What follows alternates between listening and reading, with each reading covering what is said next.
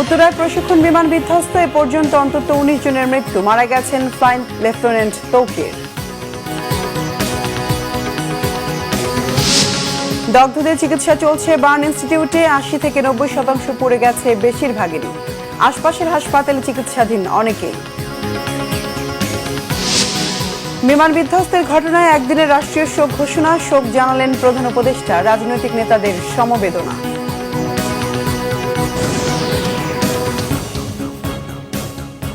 দেখছিলেন crown cement সংবাদ শিরোনাম, এবার বিস্তারিত সংবাদ। রাজধানীর উত্তরার দিয়াবাড়ি এলাকায় বাংলাদেশ বিমান বাহিনীর একটি F-7 বেজিআই প্রশিক্ষণ বিমান বিধ্বস্ত হয়েছে। এই ঘটনা এখনো পর্যন্ত অন্তত 19 জনের মৃত্যুর খবর নিশ্চিত করেছে ফায়ার সার্ভিস। আহত হয়েছেন 100 জনেরও বেশি।